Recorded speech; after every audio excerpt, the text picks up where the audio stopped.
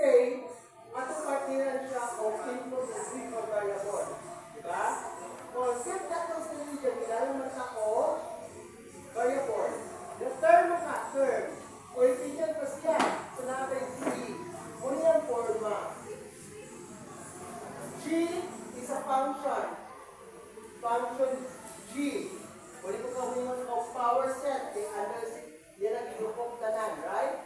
Pwede sa upok niya po pwede yung set. Pero kanit siya is the function. Function or relation. With the inputs S, set S, and Z. Variable Z. Diba? Right? Diba ito i-input kinahanglan. Start with 0. Wala niya pa. Binaw mo, pwede rin tumadap. So, kung kaniya niya pa, gano'n na S0 naman na.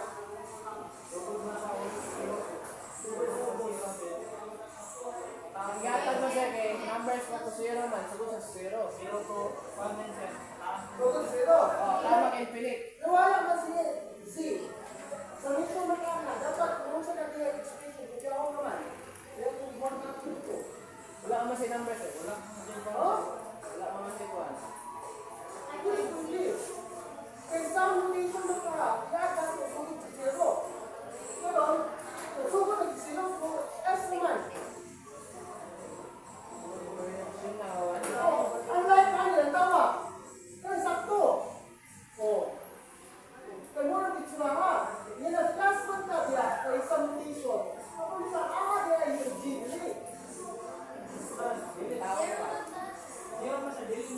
Kung sugatan ko. Kung sugatan. Yun na? Ha?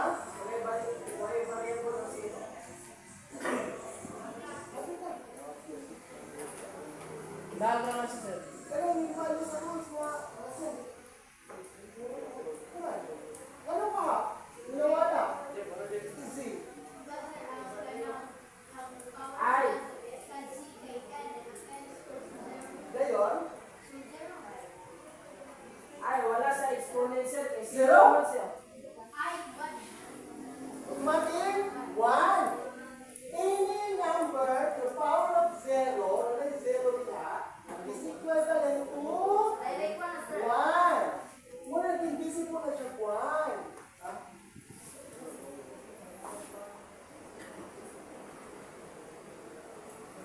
Wala naging sulat sa libro, sa reference, right?